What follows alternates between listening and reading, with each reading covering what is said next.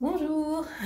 Allez, c'est reparti pour les énergies de la semaine à venir. J'espère que vous avez tous passé un bon week-end, surtout que c'était avec des énergies justement où on prend soin de soi, on apprend enfin à s'accepter, à s'aimer tel qu'on est, à avoir conscience que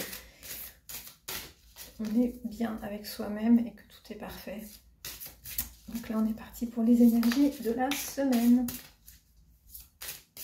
Certains me diront, mais les énergies, c'est des énergies, il n'y a pas besoin de les découper. Peu importe, de toute façon, tout est toujours juste. Donc, on verra ce qui vient, ce qui sort comme message. J'espère que ça vous parlera. Si c'est pas le cas, c'est pas grave, tout va bien. On est comme un moment de détente. Je suis en train de tout faire tomber. Ouais. Et ben justement, tout ce qui tombe arrive, hein, dit-on. Allez, je prends les cartes ici, ce que j'entends. Et puis, je regarderai si je vais prendre d'autres decks qui est très beau aussi. Alors là, c'est avec l'oracle du petit peuple de Emmanuel Japper, illustré par Aline Mergy, aux éditions Erol, toujours. Voilà. Allez, c'est parti les cartes. Alors, notre très belle carte, on a la chenille. Je me libère du passé pour permettre au bonheur d'advenir.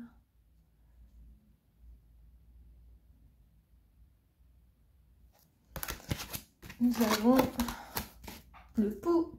Je me reconnecte à mon corps et à mon cœur. Vous voyez, ça se tient. Hein. On a des cartes qui ressortent à nouveau.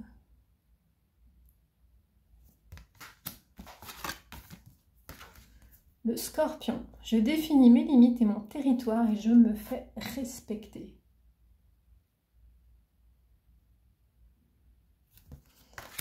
Vraiment, j'ai pas fini les mêmes oracles, j'ai pas tiré les cartes au même jour et on a vraiment des cartes qui se suivent, les oracles se tiennent, c'est super. Et la mythe, pour ne plus me brûler les ailes, je me tourne à présent vers ma lumière intérieure. Voilà, comme ça déjà pour ceux qui ont envie de regarder juste, qui aiment bien voir le petit condensé et qui n'ont pas envie de prendre le temps, enfin parce que voilà, si la lecture des cartes est trop long, vous avez déjà le message principal qui est là. Je vous lirai d'autres decks en tout dernier.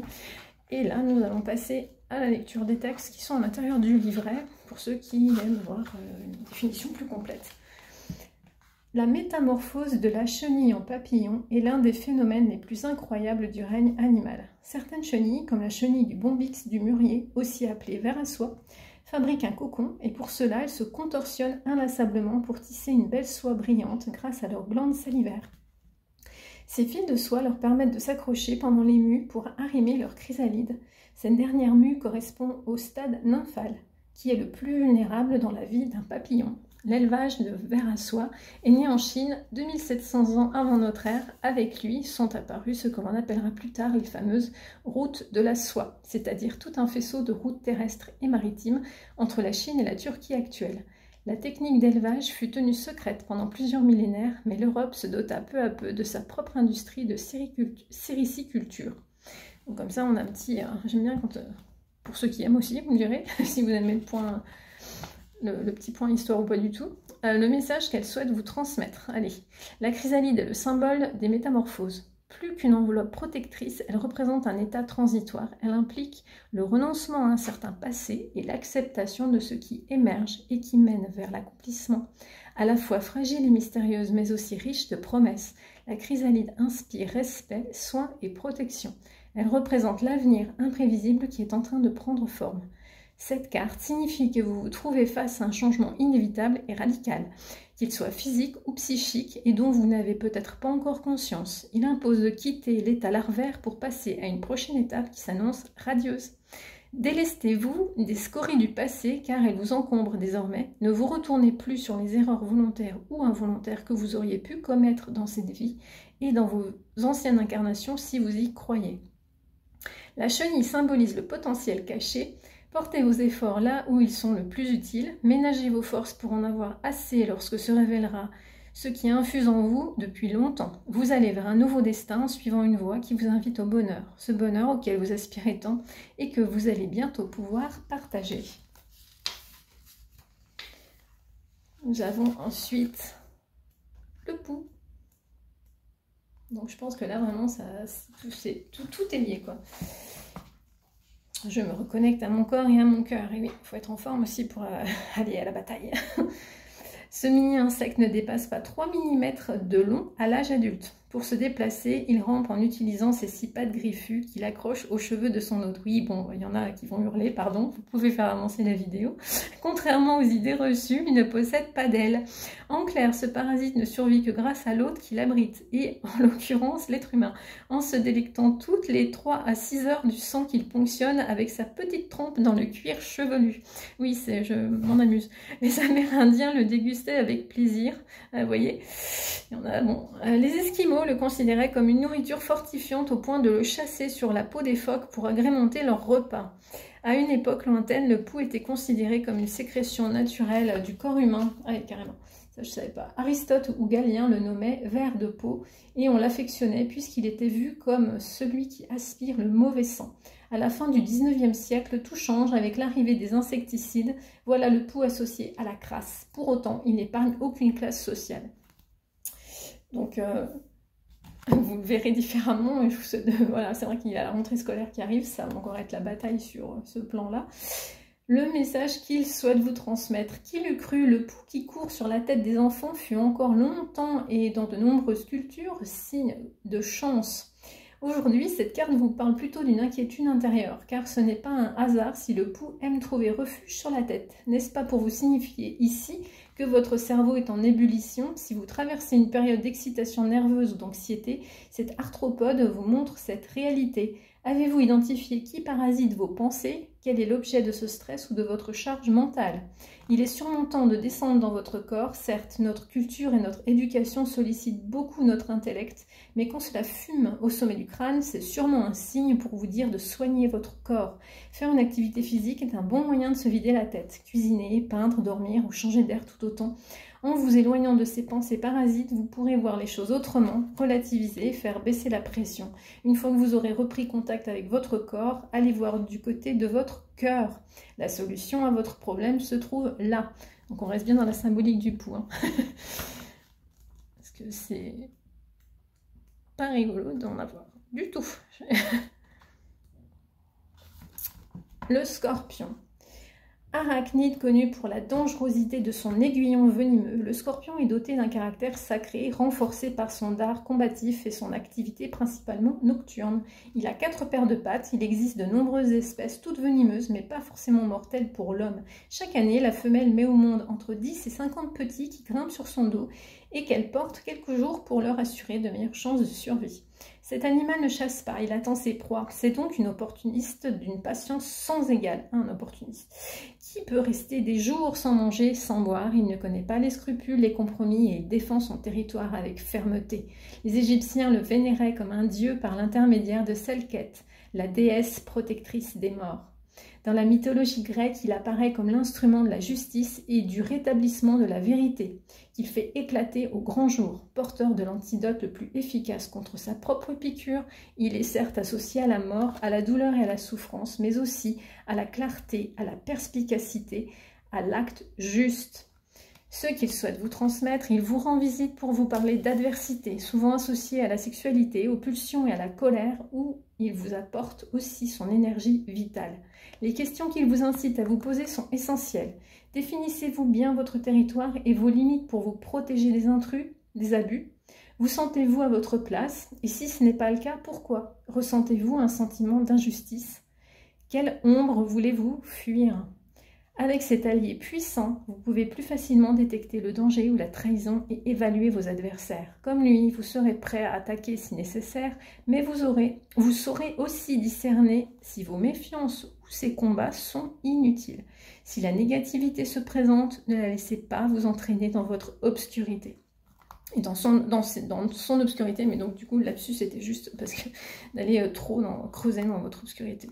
N'oubliez pas, le venin du scorpion peut guérir et il est utilisé tout à la fois comme antidote et comme médicament. Ainsi, vous aussi, vous pouvez utiliser le message du scorpion pour vous guérir et cela commence par vous respecter et vous faire respecter. C'est la carte majeure, je trouve, du jeu, à mes yeux. Et on passe à la mythe. Tout ne peut plus me brûler les ailes, je me tourne à présent vers ma lumière intérieure. Petite mythe au centre. Et non, je n'ai pas d'astuce ou d'anecdote pour lutter contre les petits trous qu'elle fait dans les vêtements. Bref.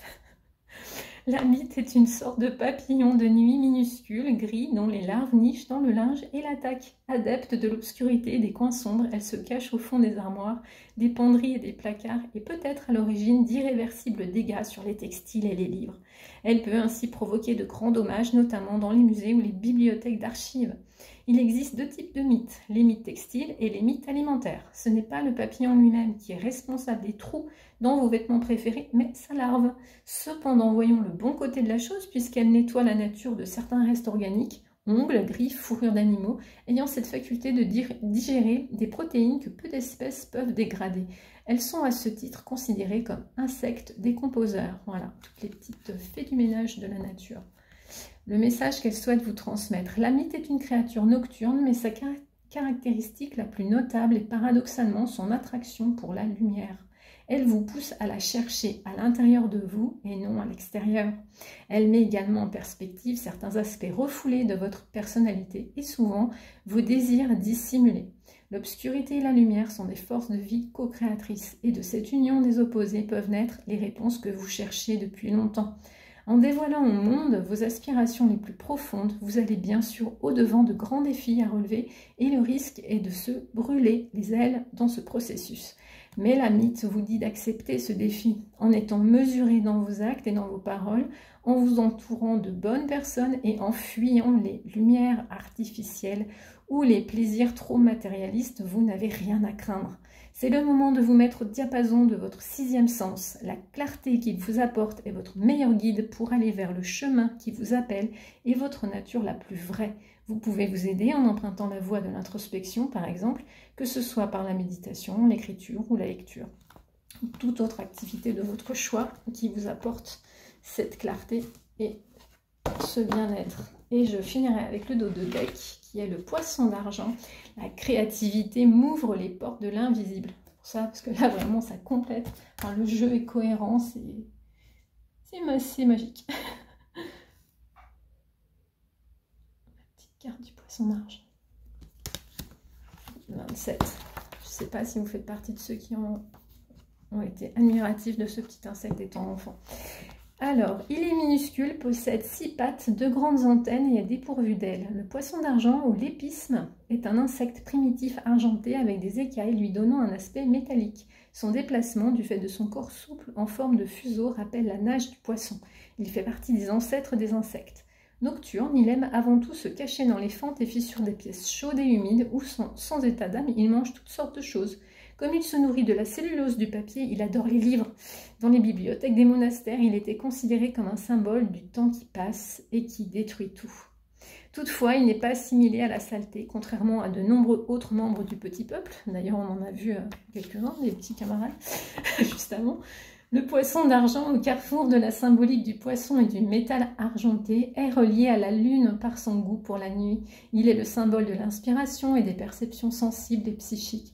Amateur de papier, il évoque la connaissance, l'émerveillement des contes, ainsi qu'une attirance pour les grandes réalisations de l'esprit et les plans invisibles. Comme il aime évoluer dans les mondes imaginaires, il vous invite et vous incite à exprimer votre créativité débordante, quitte à partir à l'aventure, en vous concentrant sur une ou deux choses fondamentales à vos yeux, car vous sentez que vos capacités et vos dons pourront s'y manifester et briller. Furtif, vif, insaisissable, le poisson d'argent vous encourage à ne pas vous disperser, à ne pas remettre à plus tard ses créations, car le temps passe. Il vous annonce également qu'un aspect de votre dimension intérieure va bientôt se révéler à vous. Une expérience nouvelle est en train de prendre forme, liée à votre ouverture intérieure. Cette carte vous invite à y être attentif et attentive. Quelque chose se prépare dans l'invisible. À vous de faire appel à vos grandes antennes pour capter les messages de votre cœur. Là où tout prend racine pour œuvrer. Donc sur ce, travaillez bien et à la semaine prochaine.